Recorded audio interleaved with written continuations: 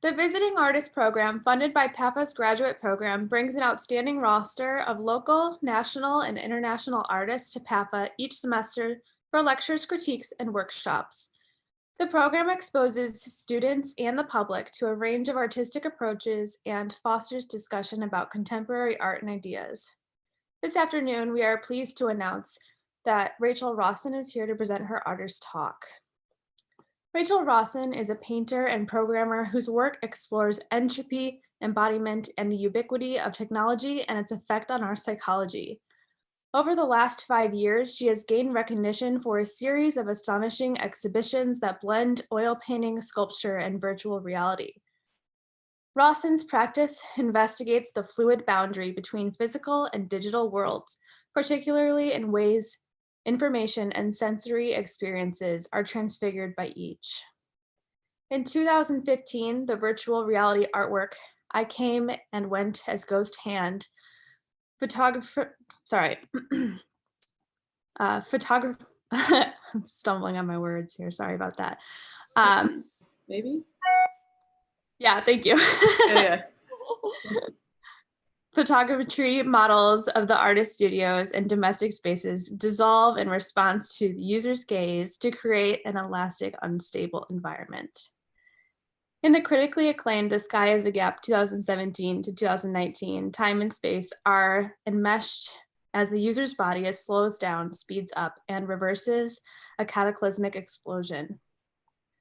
Selected solo exhibitions include Stalking the Trace, Zabludowicz Collection, London 2019, Greasy Light, 14A, Hamburg, Germany 2019, Tennis Elbow, The Journal Gallery, New York 2019, Peak Performance, Signal, New York 2017, My Little Green Leaf, Contemporary Art Center, Latvia 2016, and Lossy, Zieher Smith Horton, New York 2015.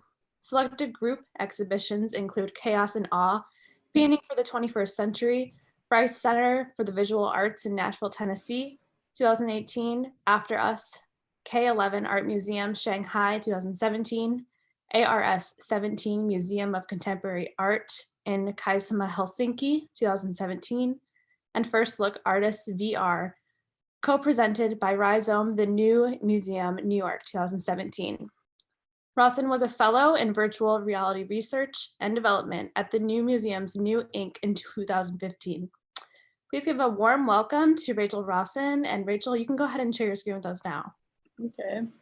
Thank you. That was such a generous, I don't even have to give a presentation now. That was so full. Okay. Hi, everybody. This is my first Zoom lecture. So let's see how rocky this goes, or not at all. Looks good. I'm gonna hand it off to you. Okay, thank you. I'll give an overview, of what,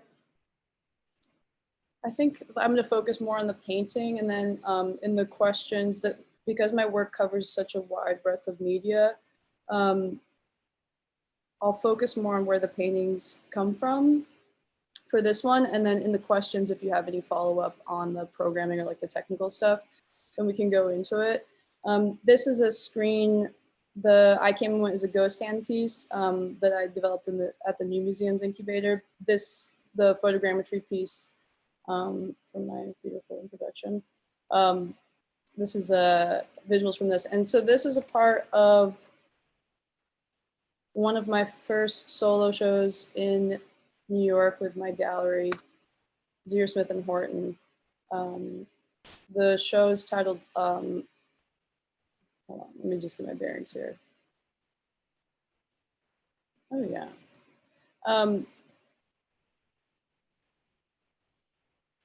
It's like, you think that you just sitting in front of a computer screen would make you less nervous, and you're like, why am I nervous? I felt the same way for some reason. It's like, oh. It's fine though. We're all chill here. Yeah, all these little faces, you know. So this is a part of my solo show, Lossy, and Lossy is a word. It's used to describe a type of algorithm that means entropic. I'm I'm stretching the boundaries a little bit there, but basically like the way that the computer saves files, JPEGs or MP3s, is that to optimize data, it takes away information that it thinks it doesn't need. And so through a process of when I was developing the VR work, I did the same thing.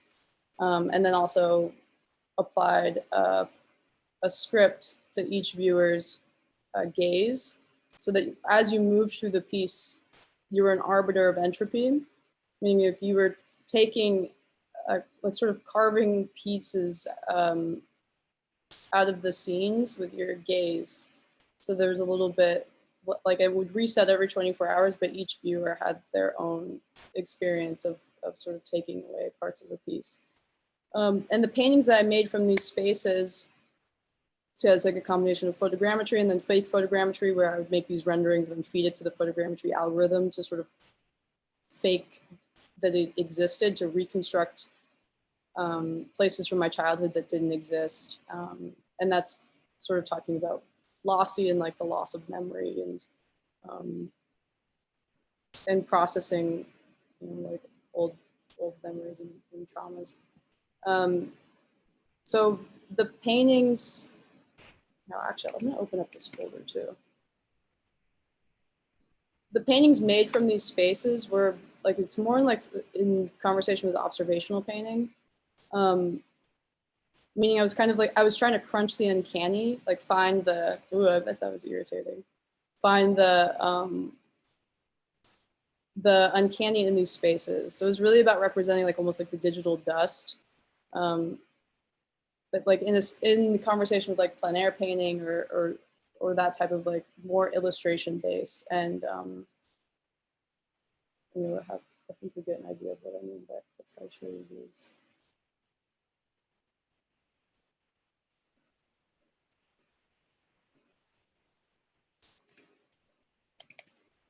So kind of like these strategic uncanny paintings is how I thought of them. And there's this theme of recursion that has always been with me throughout my work, whether it be like recursion in memory or recursion in programming or, but this approach to painting, wait, is this how do I do this? You can see all these little faces here, can't you? Hold on. Is that better? Yeah. So this approach to painting became this, like in the same way that, say, like I was thinking a lot about this with the Hudson River painters when I was developing the work, and I went to a hike to one of the scenes, the sites of the Hudson River painting, and found that like this like uncanny, like almost like a finger of like deja vu. Like I could feel like because I'd been there before because I'd seen the painting, and then was visiting the site. And so there's this like, that's what I mean by like kind of crunching the uncanny, or like a finger of like deja vu, like this sort of like faint, this faint sort of like immaterial experience of like what that is in a painting, or and then like, and so often I experience that as like just as like I interface with like social media or technology or like any of that. And so that was really, that's what like the show hinged on, is it's like and that's why it was titled Lossy, and sort of like trying to find the sort of slipperiness of these in-between spaces, and then the vector being like the body, you know, like the viewer's gaze, like that you were embodied in the piece, like sort of like landed that home for me. And experience, you know, my personal experience and how the personal experience of the viewer.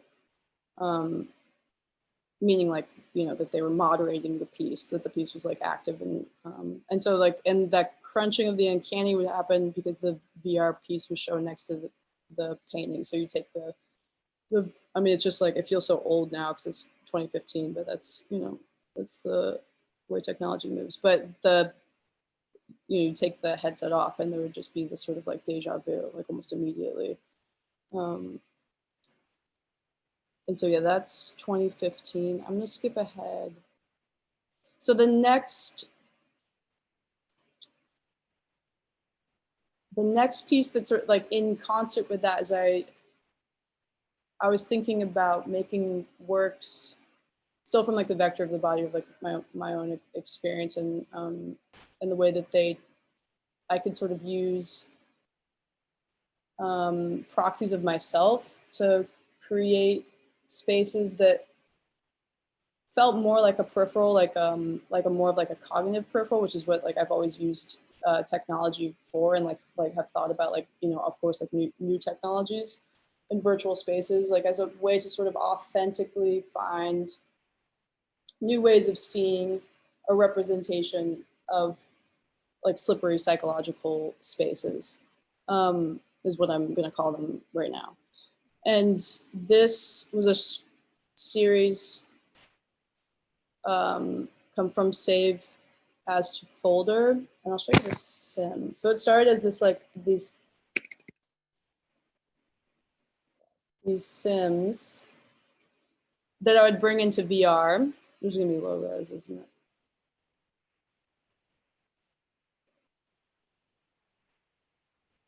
And there were screen captures of beautiful sunsets from Grand Theft Auto.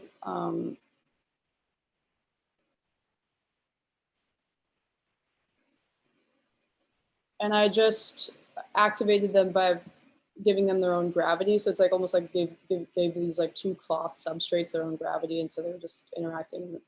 And I would just sort of sit in this space like comfortably and observe them, and paint from them, and that's what the results were. And they would rotate from these Grand Theft Auto sunsets to real sunsets to like childhood drawings, which is what this one is. It says, "I love you, Mom." And then this was the VR piece. You had this long, sort of like long pole nose that people felt like was a horn. But this was just like a tool, like sort of extending from my gaze, just to be able to stir around these like cloths and find. It's like a really straightforward piece. That's really just about these sims. See, also it's like these pieces are so. It's much less about recording the moment of painting. It's more about representing the space. You know, it's like really about like trying to find a way, yeah, to really give the feeling of this sort of like the eerie. There's like an eerie nakedness, like to like virtual reality or like virtual spaces that I was trying to get at in here, and from there, I'll talk about. Yeah, this is 2016 also. So moving in from like the sims are trying to find these like these active like, yeah, simulated spaces, or like sort of like extensions of what felt like cognitive space for me, or just sort of like even safe spaces, like trying to find like sort of virtual safe spaces, which goes back to like my childhood, which I can go into as well. But this show was called My Little Green Leaf, and it was an art in general commission in Riga, Latvia. And what I wanted to do for this is actually, gosh, I think I have yeah, I do. So this is like game view, like this really straightforward. I'm really just playing around with, like for those of you that are like familiar with any sort of game engine, this is like such lazy, like ground level AI, you know, but it's just like game level AI, and some of them are animated with like their own little logic.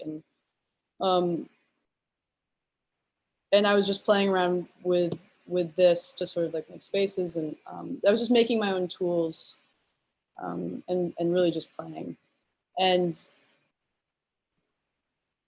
so that was like, again, like sort of this idea of like putting some space in the VR world, and then bringing them out onto these these substrates that were printed on plexiglass. And the way that I made these is I printed, like they're just UV printed and then painted on pretty thick plexiglass. And I used a blowtorch to soften them and then curved them like with a fire bib, curved them around my body to kind of create these like being able to like sort of like press into the screen. So you can like, when you're up close to them, you can see like part of my spine or like an elbow. And this one is titled Safe Apron, Safe Cape. The other one is Use a Fiberglass Boat. It's like this idea of like containers, you know, it's like impossible containers or like hollow bodies. And what I liked about these two is like that I got to represent, it's like bringing something, manifesting something physical, and then like very literally representing the immaterial by using light with these, obviously. So it's like I liked, it's like the shadow, I consider like the shadow and the way that the light travels through these, like through these, like so much a part of the work, which like I feel like I don't need to explain. It's pretty obvious why I like that. I think have a body, have a body. And so this is, yeah, I peppered this lecture with a bit of like behind the scenes. And this was me as I was installing the next iteration of these series for my show at Signal, titled Peak Performance. I think I'm just vibing here. I don't know what. I'm gonna talk about Man Mask. I feel like I'm gonna stay in like the outside the computer a little bit for a little bit. I'll come back. I think I want to follow this thread. Wait, what? How long is this? I'm sorry for not knowing. Oh, that's okay. So it goes until 1 o'clock, and then we'll usually take questions the last 10 minutes. Okay, great. Oh my God, let's do it.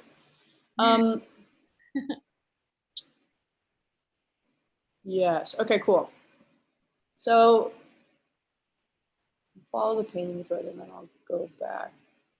They're going from peak performance here.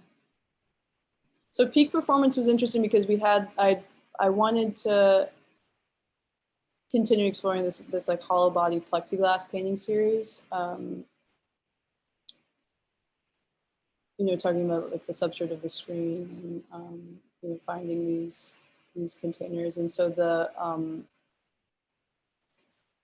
and let's see, I guess I could talk. And so in a lot of the way I make the virtual spaces, like I use like a bunch of 3D tools that I've used since I was very, very young. And it's like they haven't really changed that much. You know, I started like programming when I was 8 and using like 3D-ish. Like, you know, since of course it started with like Flash and then moved into like video game, like it would have been like Rhino and then like really amateur, like not, like, I mean like Rhino's pro, but like before that I was just sort of tinkering with all these like ways to make 3D spaces. And I'm bringing that up because the way that I make a lot of these virtual spaces, you know, it's constrained to a screen, so I'm sort of like reaching in. And it's very limited, like, you know, it's very limited. It's like, as I'm sure like we're all familiar with like screen fatigue. It's like I'm sort of like using like just a finger, you know, or a mouse to just sort of be working on like several planes, making these like 3D spaces, or making like sims in something like Unity or like a video game program to like sort of activate them, and, like, sit in those spaces to represent them. And so for this series, which was a little different, I had worked doing dev, like development, like just sort of like not, well, okay, so Oculus invited me to try this new program called Medium, which I'm sure a lot of you are also familiar with. I guess that would have been 2016. And they just wanted feedback on like some of the tools, but it was just like, it was great because I had worked on like the rollout for Tilt Brush for Google. And like both of these programs are just like, they're really practical because they're virtual reality programs for rendering 3D models. So instead of like reaching into a computer with like your hand, it's like this kind of, it's this, you know, it's a little arduous, at least for me, because I like to make things in physical reality. And so you have like this whole tool set and you're able to like actually be inside the computer, which comes with its like own, like, it's like also exhausting in a different way. But as far as like being able to quickly render something, it's great. And so I started using those tools to make these, and you can see like in the, you have these like, that's where like the texture changes between these two.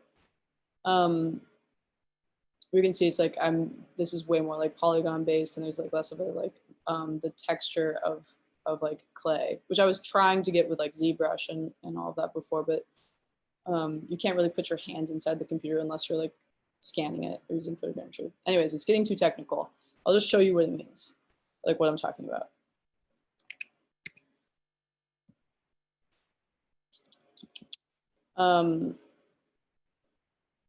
So this is a screen capture I took a few days ago.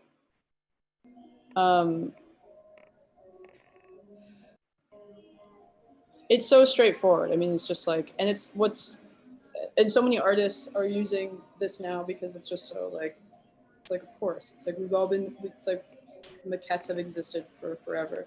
What's nice about this is that I can then take these spaces and turn them, like, give them gravity or give them light. And so much of the way that I like to paint is like more thinking about in terms of like light, really ephemeral, and so pretentious. But it's like that's like more what I like about using these types of tools, is that I can actually just like use just form and light and really just get down to like the what I feel like is sort of like more the essence than like just the flatness of the color.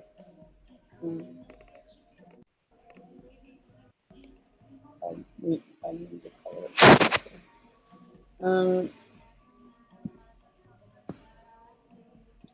So that, let me go back here. So that's what started kind of leaking in here. And yeah, wait, how do I, and so that's also, the paintings on the wall were made from those spaces. You know, so it's like so peak performance was about it's like, it's a joke about performance rig PCs. And that's where these come in, are these sort of they're like bad computers that are self-contained, and I'm using microcontrollers in these tanks that are like, it's the same way that like the NSA stores all of our data. It's just in mineral oil. And so it's like I'm using a motherboard as a cord in one of these. Like there's just a lot of these like jokes about frailty or like ephemera, like in terms of like technology, and a lot of sort of like just like really obvious nods to the way our bodies work, also like this circulatory system, like these kind of like cyberpunk jokes or something. So and then mashed with like aquarium ready-mades. And you know, it's like I grew up in Florida like working and building PCs, and there's always this idea of like the unicorn of like the peak performance like gaming PC. It's like where you'd like overclock your GPU in order to like really like shred in a video game. And so like trying to get the like optimum performance. And the like I think the aquarium is like definitely has to do with like me growing up in Florida and thinking about like virtual spaces as like virtual reality spaces is like slices of like in the same way that like an aquarium is sort of like a cross section of an ocean. There's like just this window, this like world with a back is like how a lot of like screen spaces feel also. And so that's where these sculptures came in. And then like, of course, like peak performance, like, you know, it's like when you go into any sort of like, I don't know, auto body shop or like athletic shop, you're just like thinking about like how to like get the optimal performance. And just thinking about like the restraints of the body and the boundaries of the body, the boundaries of the virtual world, and like the illusion of this of perfection, you know, like the illusion of this sort of like tip top, like well-oiled thing. And so when I was making the virtual, what I was talking about with like the medium sketches, like the virtual reality sculptures that I was making, the way that I was making a lot of those is I was doing these like recursive body techniques. So I was like trying to represent the body more how it felt in that moment, like while I was in virtual reality. And so they became these sort of psychological portraits of how I was feeling. And so it's like there's one painting that more just looks like, I'll show you. I mean, I'm giving away because it's like, you know, I'm gonna give away too much. But it's like there's a portrait of like me that's just like lungs and like a keyboard or something. It's like these like kind of where the body and the machine meet. This is this like crying heart, this hand holding the heart. Yeah. Yeah, you can see like this is the model for that.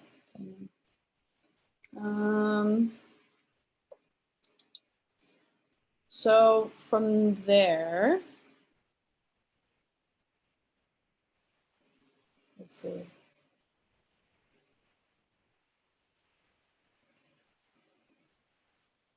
Let me review what we should go through next. I want like an idea. Holler at me if there's something I need to like make more clear. I don't know.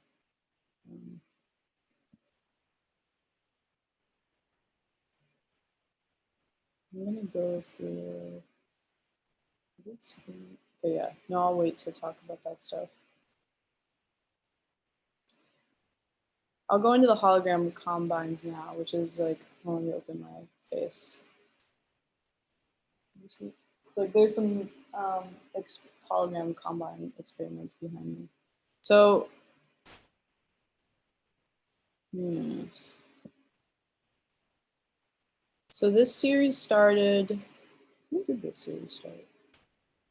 2018? No, that says 2019, but I think it's, sorry, I'm getting lost in my mind. Okay. It was 2019. Time is really strange right now. So, let me back up. So yeah, I was talking about the peak performance and the tanks and how the tanks relate to this sort of gears. And like the hardware aspect of my practice, which like is just like, what I mean by that is just like the more I program like microcontrollers or like build PCs and but then it turned into these hologram combines from there, because I was looking for,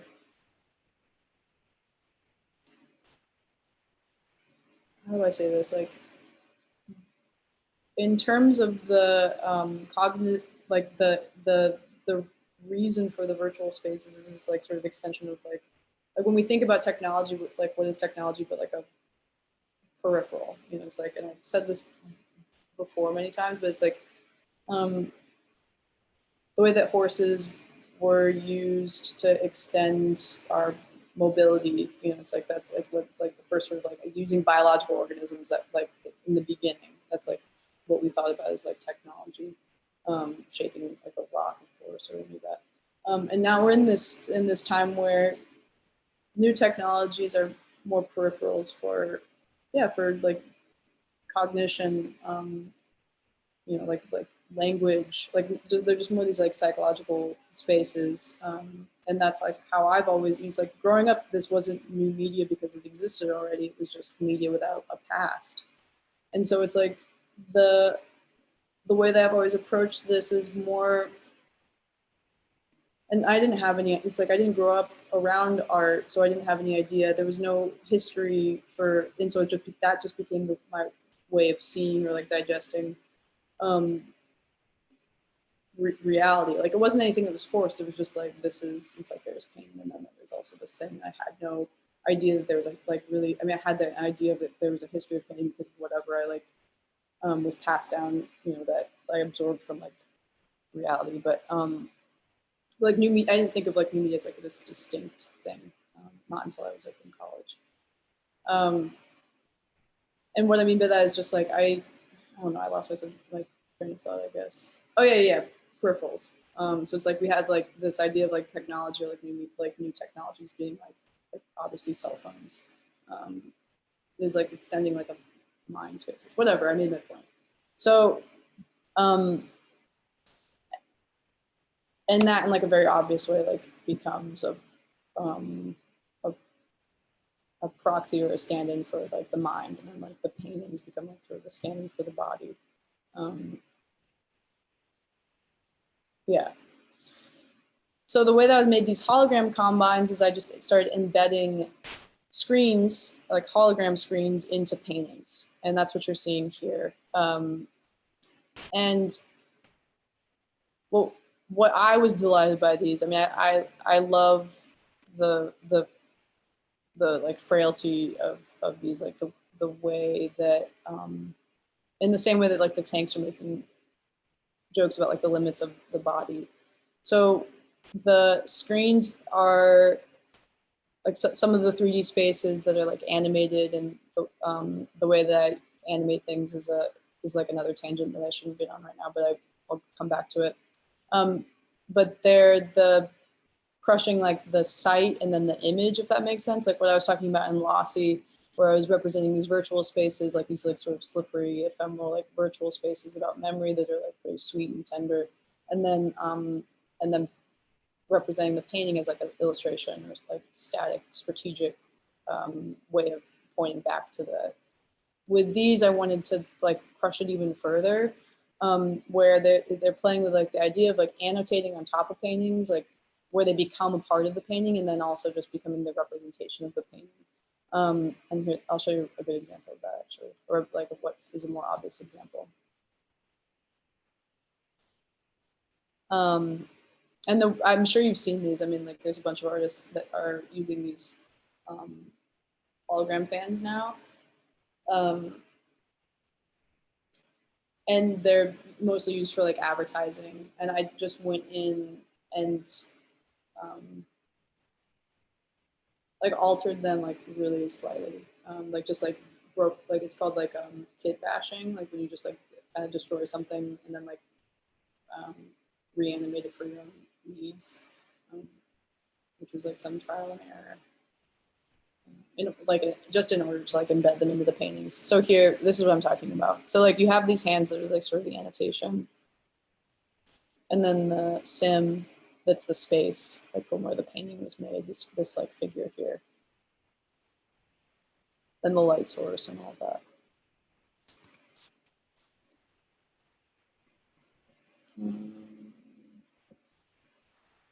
Yeah. So this was for my show with my gallery in Hamburg, 14A, which was a great program. The show was titled Greasy Light, and the VAP Instagram actually has like a really lovely like the show description. It's like perfect, but it's about like embodiment in sort of like in the way that I was just talking about. But greasy light being like the whatever. I'm not explaining that. It's like you understand what greasy light means, and if you don't, you can ask me.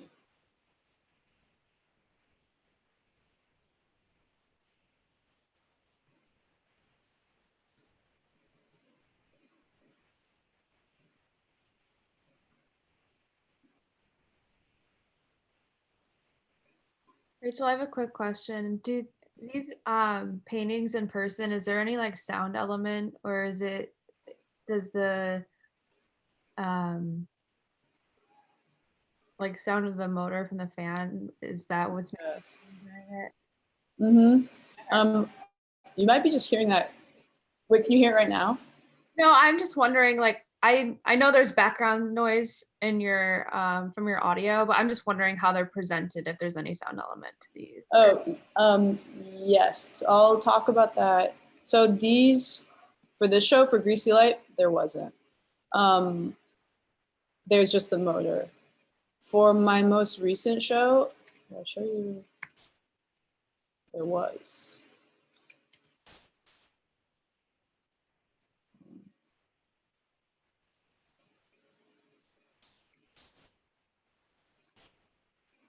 Ooh, she angry.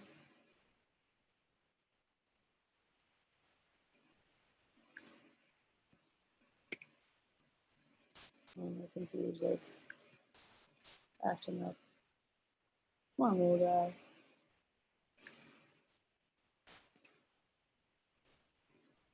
It's taking me on a ride now.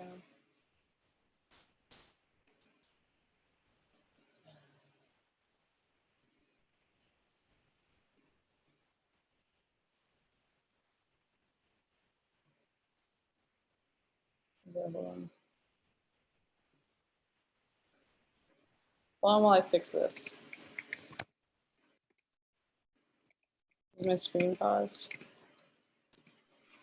Yeah, it's paused right now.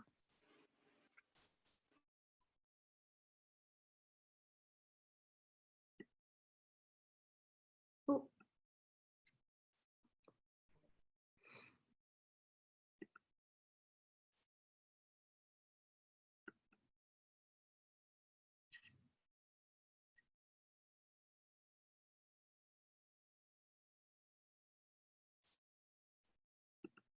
I think we lost her for a brief minute. She's probably fixing her sound on the presentation, so just sit tight for a second here.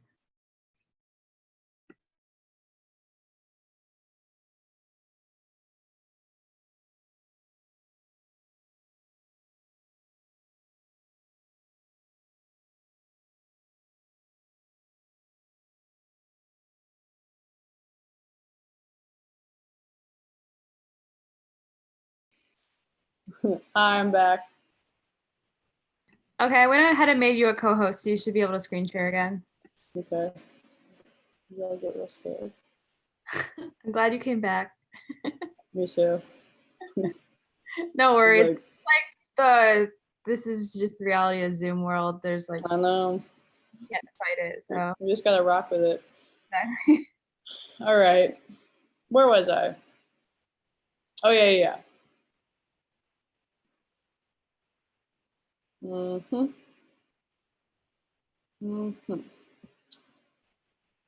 Yes. Oh yeah. You were asking about the sound.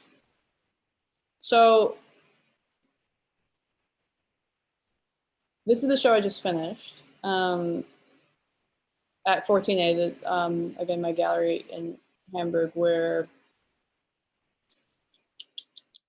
let's see, what can it was titled The Sentinel Tears. I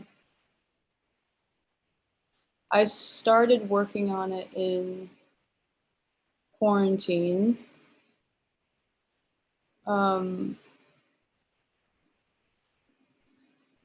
And it's a combination of traditional painting and these hologram combines. And the heart of the show is this sort of, it's a video work, but it was like the pieces that I trained these two canaries to sing a dubstep song, like a Skrillex song. And I'll play some of that right now. So this is, hold on a second.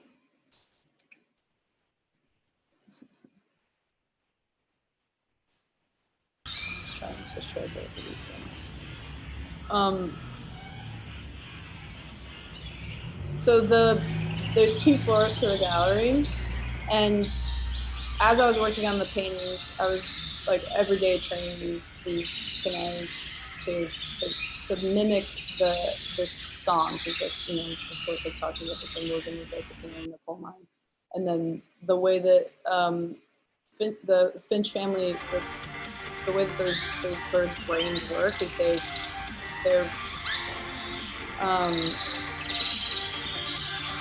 the BPM, like for finches and canaries, like the beats per minute, like the way that the sort of catch and release, like sort of like dubstep, like this type of electronic music, it's like it really closely resembles bird song, and so while I was working on the paintings, I was thinking about I just kept hearing this, like every time I turned the news on, like everyone talking about warning signs, or sort of like red flags for horrible things. Like, so everyone's just saying like, canary in a coal mine, and that's like a really obvious, like very obvious symbol. But they became the sort of heart of the show, and so the training process. And this is meant, I'm showing it small because it's in the installation, it's on this little cell phone. Okay, you guys understand what across from this, the installation of this really glossy, so it's like there's this little trainer and then there's this like very glossy like final video of this canary. And so and this is where the smaller thing is. So it's like the trainer and then the sort of end result. And that is the heart of the piece, like talking about sentinels, or like just sort of like warning signs. And that mixed with the sound of the motors of the fans upstairs. And then the rose petals, so it's like all related to the title. The rose petals is like, okay, let me go back to like, okay, the sentinel, like where the title comes from, the sentinel, is a reference to the sentinel species. And in biology, there's that's what this is called. It was when you put a canary in a coal mine as a way to warn for danger, as a way to like be a thermometer for human beings. And they're sentinels. They're like lookouts. Now that's not like obviously good. That was not good news for the canary or roses in this case, because farmers used to plant roses near their crops and to measure the pH balance. And so it's going back to like the way that we use biology, or like what technology, like sort of the very like definition of what technology is like fruitful for human activity. So the rose petals are talking about the sentinels too, as these sort of warning signs. Yeah, so the roses would obviously like lose their petals and to signify that the soil had gone bad. And then these are obviously all installations. So the sentinels on top of sentinels. And the painting, the paintings here are much more free. As you can see, it's like, because they're more about like recording, you know, being in like starting them in quarantine. And then when I was in my studio, I moved over to Berlin to make the work. And when I was in my studio training these two canaries, it was like about recording the time that I was there, and still from this like sort of like recursive like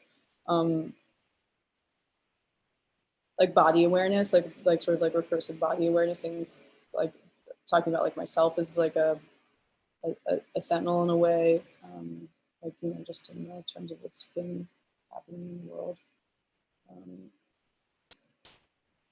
So that, oh yeah, addressing this sound. So the training would kind of come in with these like little spoken word parts of the piece that mixed in with the motor. And then there's like this like sort of narrative. It's very loose. It's more of like a tone poem. So, okay, we have 30 minutes. So that's the most recent show with painting. And I'll go back.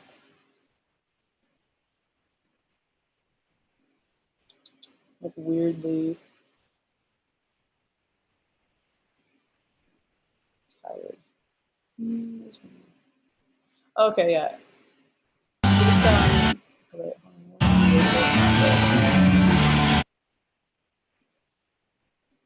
These are more of the recent works. This is obviously like studio shots, like just as I was developing these. Yeah. You know, some of them is like still working at the imagery, and that's like the I load them up and like see if it like works with the painting, and then like again like flipping through like the annotative like part of the painting approach, and then doing that sort of like referencing or doing like a callback to where the spaces are moved from.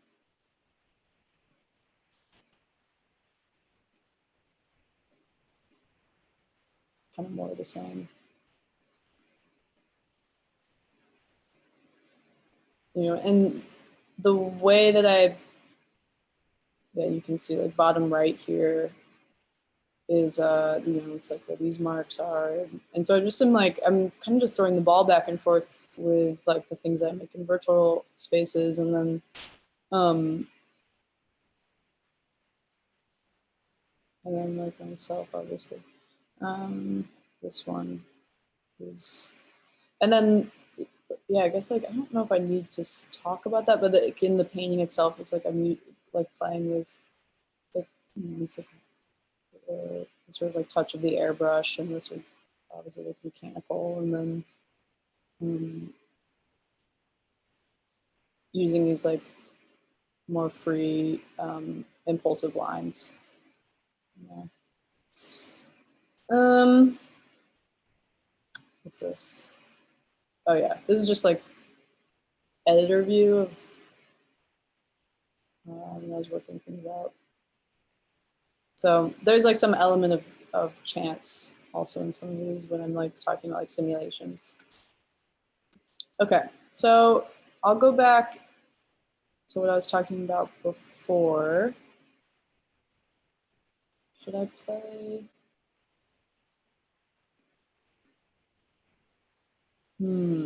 Okay, yeah. I'll do this one.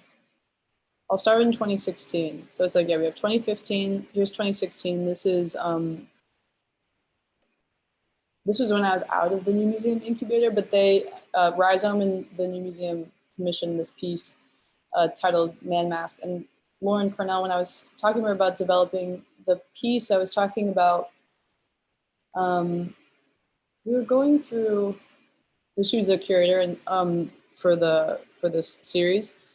And I used to play Call of Duty when I was like a young teenager, or sorry, Counter-Strike. Call of Duty was later. But then like that turned into Call of Duty. And I couldn't, I was just talking about this, I just used a male like avatar and identity and name because it was just easier. And it was like, that also like turned into like the way I could make money. Like I knew that I could make more money as a male programmer than a female programmer. And there was no there was no agenda. This was just like very practical. And it's like, I just grew up in Florida. I didn't have any sort of idea. I just, by observation, it was just like, if I log into a new, a new avatar, I'd like a fresh sort of start, and I wouldn't be like receiving like dick pics. And then I could sort of like play my like first person shooter game freely. And so when I was talking about the virtual reality piece, there's like because I was a little bit stingy about the virtual reality I had made before, where I only wanted to be using things that were real time and not like pre-recorded, like the more like video types. But then I found that this was like worked perfectly for that type of format, because it was a guided meditation led from inside a man mask, and the man mask was hacked Call of Duty assets. And then what I did, there's this like software where you can use motion capture on your face, and so I lived inside. And so this is my 3D model, and then this was the output model without textures on the eyes, obviously. So, and I led this guided meditation from inside this this man mask. And let me show you what that felt like. I think this will do. As does not. We'll restart it. But this is also online, and it's for free. In like you could of course I'd rather you watch the VR piece than the video piece. The VR piece is in this app that is on the Rhizome and the New Museum website. It's just called First Look, and it's for free. So you can like download it, and if you have like a cardboard thing for the stereoscope.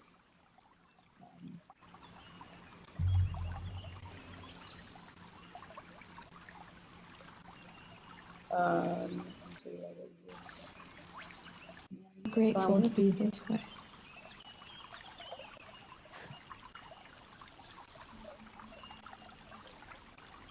I'm going to show this other scene that I think will describe.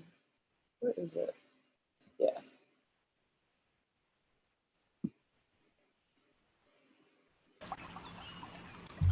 That was the same clip. Oh, no, it's not.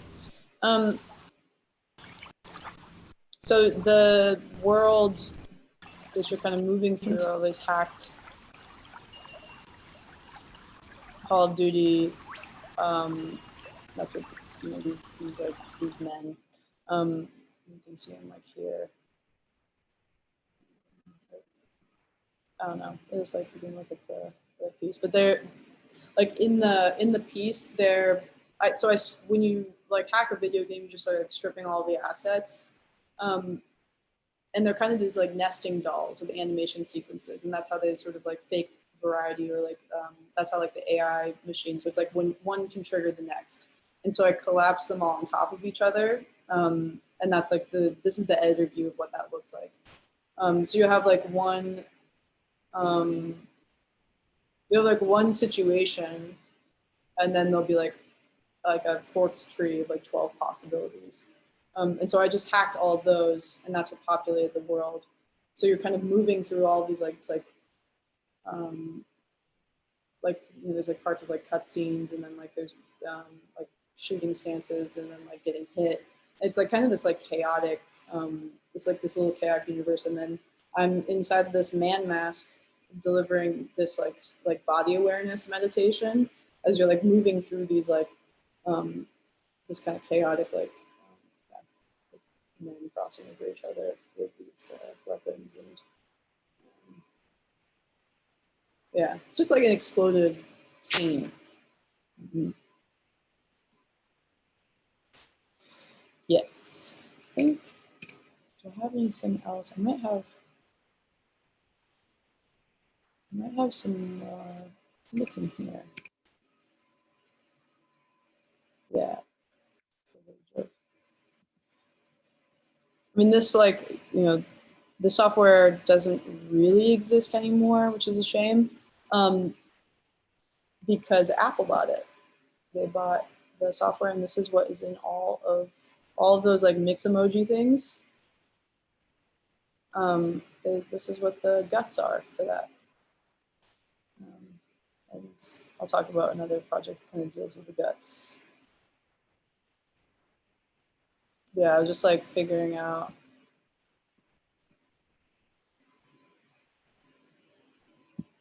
I was like doing fine tuning in that, I guess. Now, the other, okay, so yeah, that's 2016.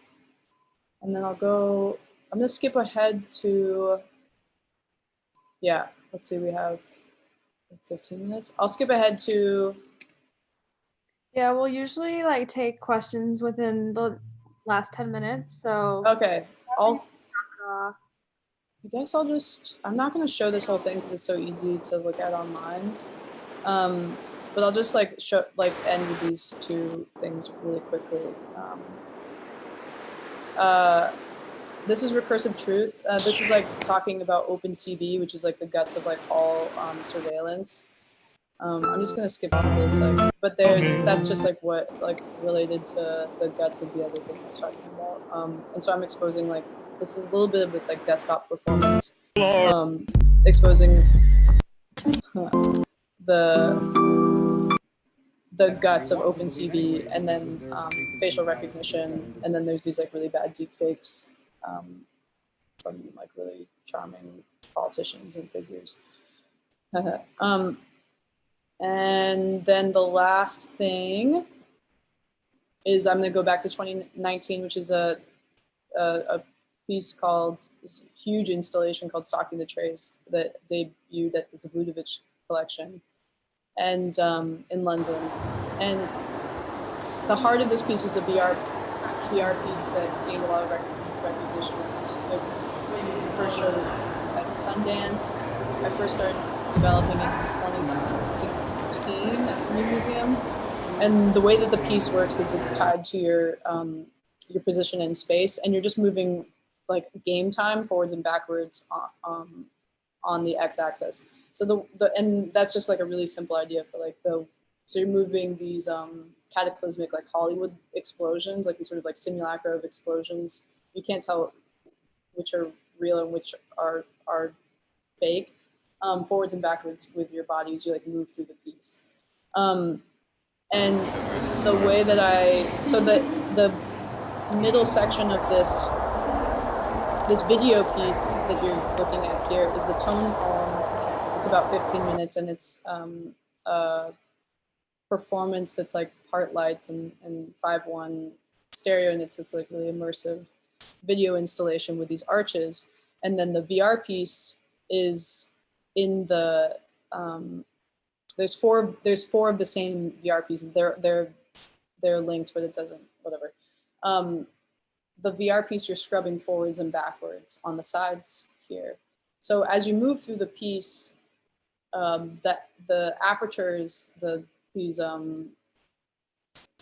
arches, these like sort of slits, are modeled after a zoetrope, and that's an early animation device for being able to yeah, it's like early frame animation device, and it would spin around and you could see like the next frame by just isolating it. And as a physical presence in the space, what's happening is you're moving through, and there's these people in VR headsets on the left and right of you moving forwards and backwards the same way that a zoetrope would. And there would be this interesting phenomenon that would happen when the lights would sync up just right, and you would see the after image, or like the ghost of what if there was a person moving beside you, you'd see the ghost or the expectation of the next frame. So again, like talking about this sort of like invisible mechanism that was like kind of with you in a sort of, again, like eerie nakedness as you're moving through the show. And you can't see, you have a VR body in the space, but it still just feels like this alien thing, but the entire experience is tethered to whether or not you choose to move forwards and backwards. And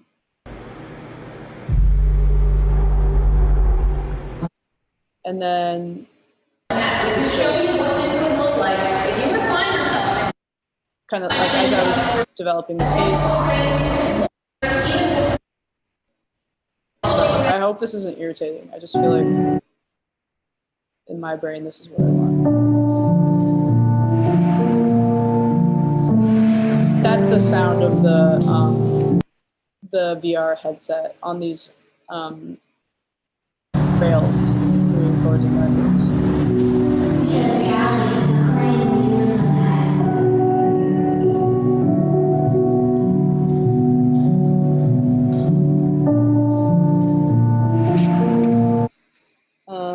And again, like part simulated, part anger, even against injustice, makes the voice hoarse. part real. We who wanted to prepare the ground for friendship could not ourselves be. this is just the excerpt from part of the video. What else?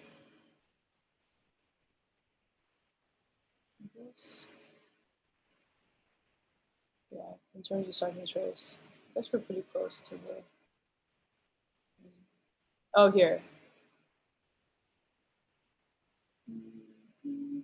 Oh yeah, here's the process. And like the way I work is I usually make a virtual mock-up, and so that before the apertures were decided on, I was like, this is like the first like dumb like VR SketchUp, which I just like seeing that.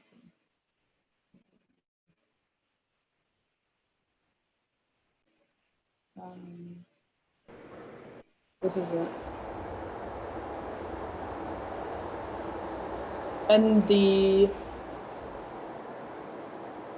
using like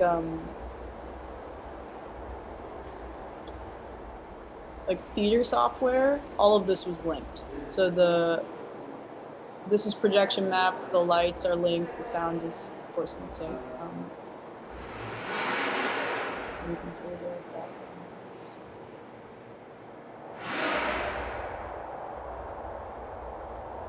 And again, like the visuals or like the tone column, they're taken from the same assets as what's in the virtual.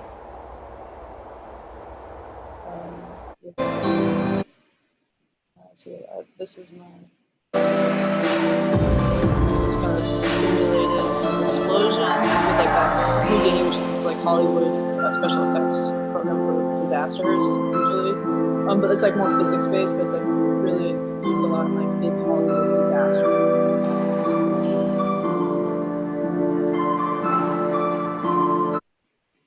And then this baton, which is the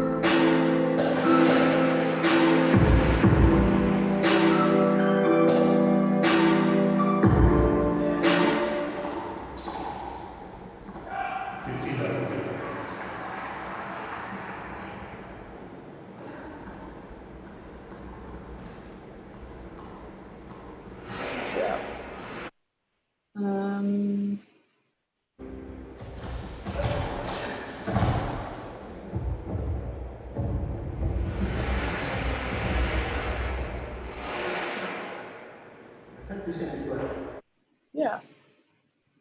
I don't know. The end of it is this Bing Crosby song, Brother Can You Spare a Dime? It's mixed with Linkin Park's Numb, which is what you're hearing right now.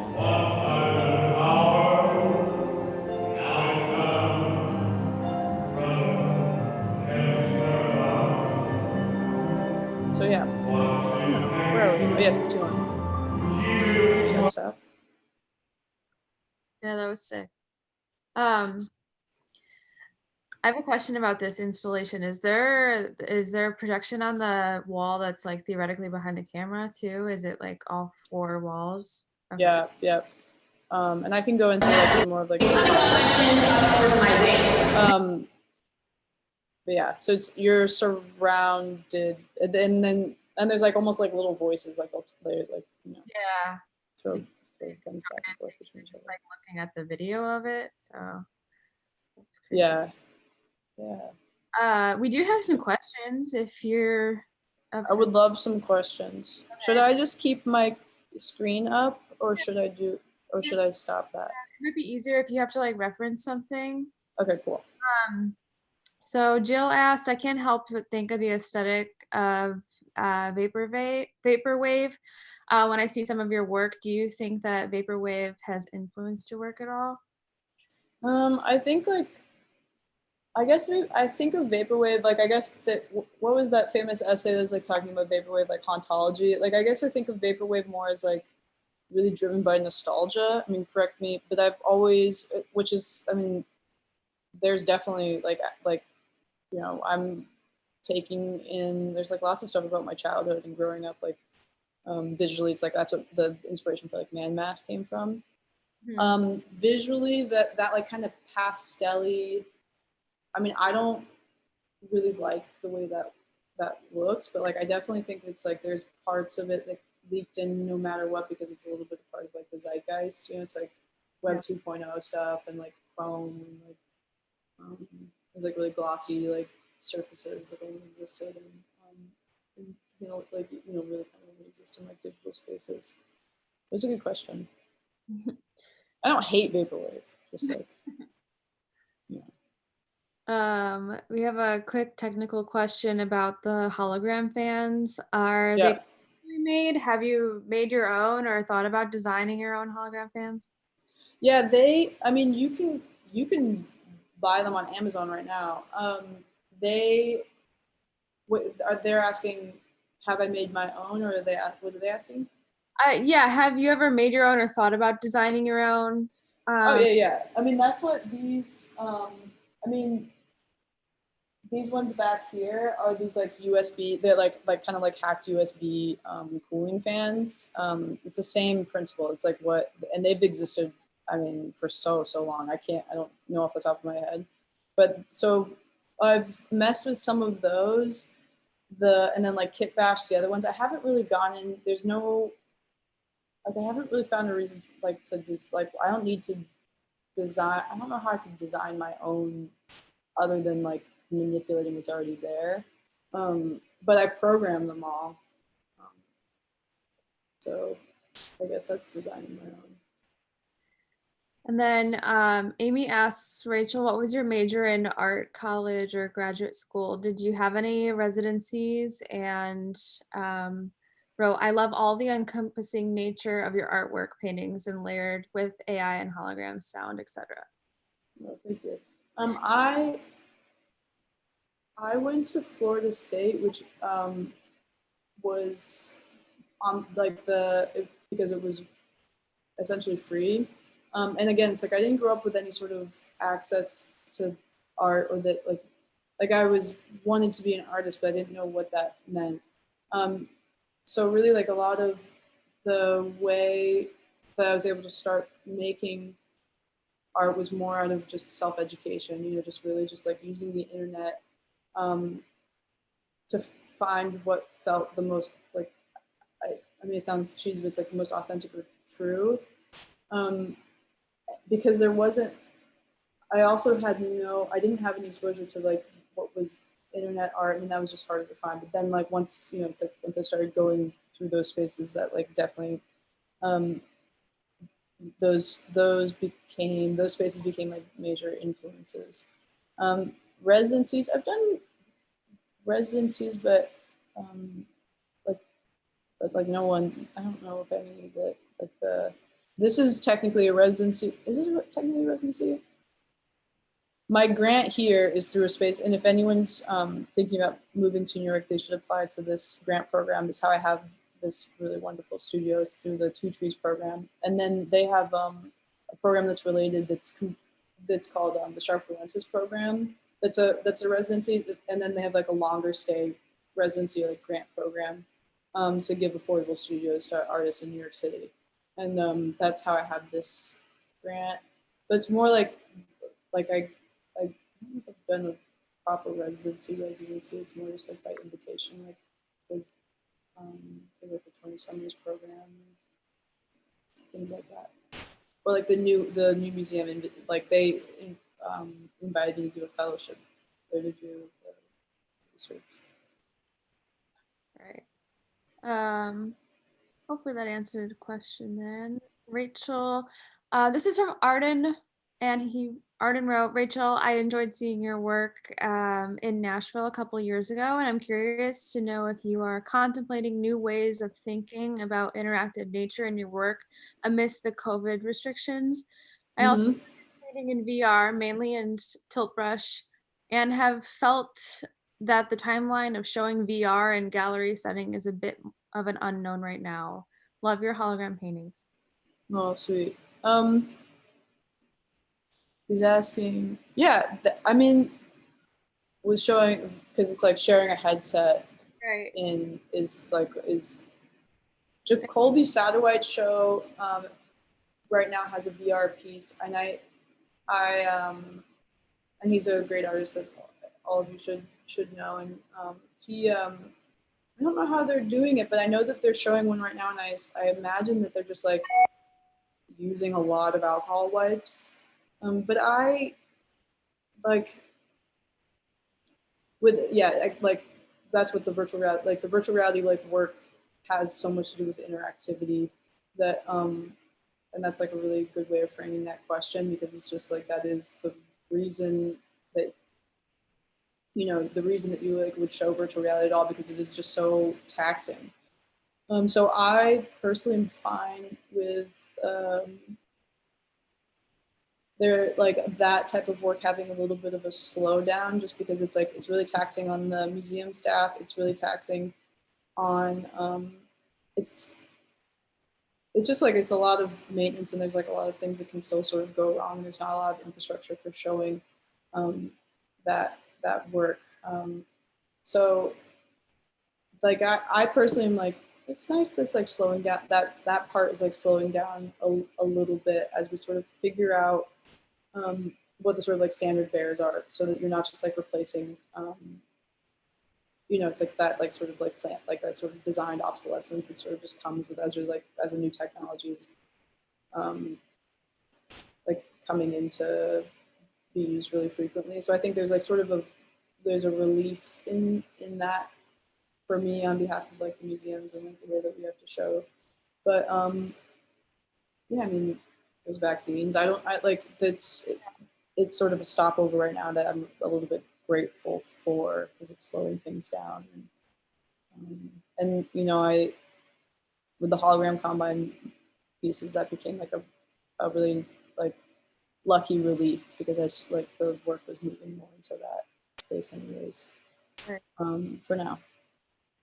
It's kind of, it's there's irony in it, because we're like dependent so much on technology now, and then you like don't have the ability to show your VR work in the United States. Yeah, I mean, yeah, it's like, that's fine. I mean, that's so like, because it's and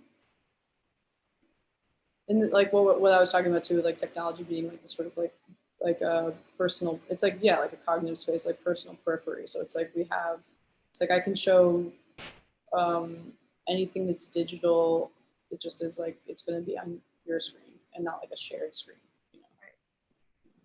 So For everyone who is here, I put the directions on how to download the app to access the man mask meditation from the Rhizomes website from the museum.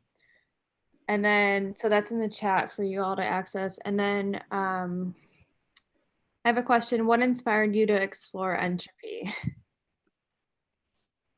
I'm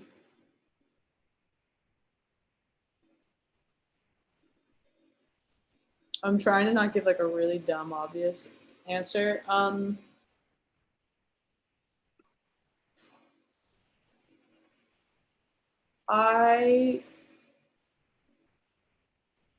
One of my this is a lecture from a few days ago.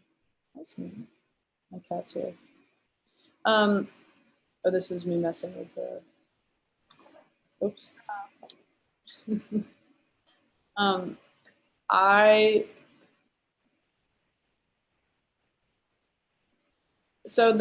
think because it's this the promise of digital, like of digital space, like is this like is that it's like you're able to sort of like escape like in all the like sort of like cheesy ways, like cheat death or like cheat entropy, or like these ways of like being able to like sort of get around impermanence. And I thought it's like where physical reality casts a shadow, like really obvious shadow on virtual spaces. And so it became just a really like,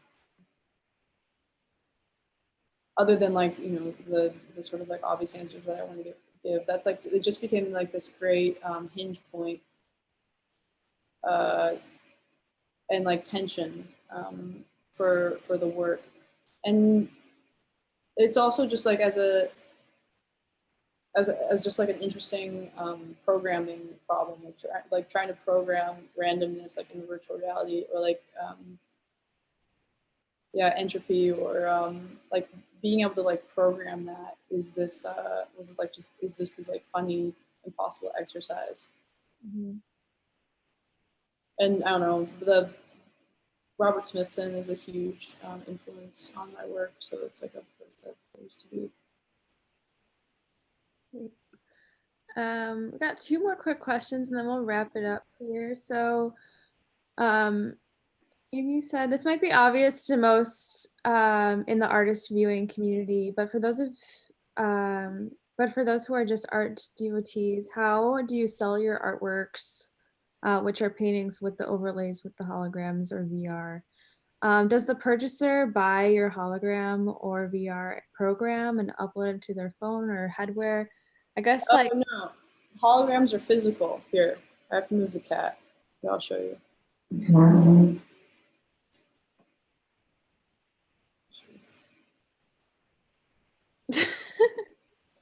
Here, I'll show you. No, yeah, the holograms are physical. Okay, let me stop screen sharing. Yeah. So it's not a trick. It's just it's hardware. right.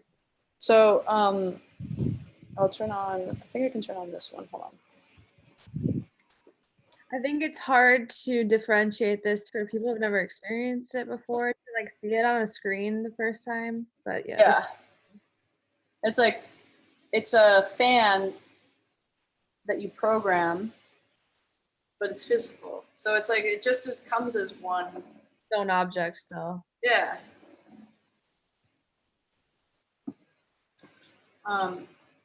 And some of them, it's like some of them need to be plugged in, some of them don't. You know, they're like really, because they're advertising fans, the USB fans aren't, but because they're advertising like screens, they're really like hard wear and tear, you know?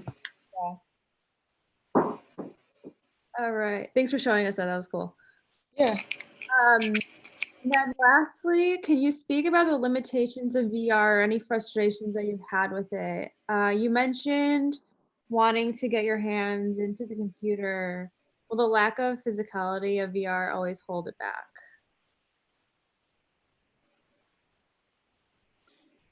I'm thinking about, well, I'm gonna share my screen again. Yes. I'm thinking about actually I have something up there to talk about really well. I'm thinking about the Nintendo Power Glove right now. And no, like the frustration of like being able to like is more with like everything coming to like the point of like being like the frustration of just being like I'm using just my hand right now. And what's wonderful about being able to use virtual reality is like in this program is like I'm actually able to use both hands and like move space and like get around things. So it, like I can use my whole body because I'm able to move forwards and backwards. But the limitations are like it's the same kind of like screen fatigue, which is that kind of eerie nakedness I was talking about, where it just feels like you start to lose sense of your own corporeality or something, and that's like what can kind of be like frustrating on like a personal level, I guess. But I don't know. I mean, I think like for like all, it's like when my work is mostly like it's pretty project based, so it's like if I have it's like I know when something needs to be a painting, it's like, so it's a painting. I know when something needs to be a virtual reality work. It's like I would rather make it a video work than a virtual reality work. Obviously, like the work is going to be better if it's in the state that it was like sort of born into. So it's the idea of like forcing novelty or forcing like, and what I mean by that is like new technology, like the novelty of like when something's like exciting. And so I'm very like aware of that because like I like cool things and to go fast, and like I like technology and like and I get excited about like inventions, but like always trying to remember to curb my enthusiasm about novelty and making sure that it's serving the work, you know? And so that's like my own, yeah, I don't know, like how would you say, like sort of like Twain stick? It's like my own Twain stick, or like trying to find like like when something feels right for whether or not it should be a virtual reality work. Did I answer that? Yeah, I think so. That in this video is super mesmerizing. And like Oh really yeah. Yeah, this is a great, it's like, it's free now. Adobe just like, I mean, you have to have like a headset and stuff, but they brought me in. I was like, it was so great because like they, you know, I worked on Tilt Brush that Google has. It's like kind of this, like, it's the same kind of idea. And I was excited about this, like, since I was like a little kid, like seeing like virtual reality for the first time, like in the 90s. And it was just completely inaccessible. And there's like the idea of like the Nintendo Power Glove, like, which is like you can put your whole hand inside a computer. And so I was just like, yes, like I was so like excited about being able to this. And then like Tilt Brush came out and I was like, just, it's great. It just was like, it's not like, and and I got to like work on the, like kind of see the behind the scenes and like work on some of the dev for that and like work on the commercial. I'm in the commercial. And then Medium came out and it's just like Adobe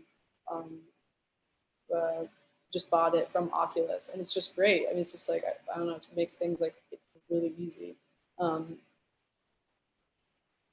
Especially for like finding lighting. And yeah, that's my commercial break in the middle of my talk. That's a program I like and helped make. Well, we don't have any more questions and we're a little past time. So just want to thank you again. And thank you for everyone for coming to all the artist talks this season.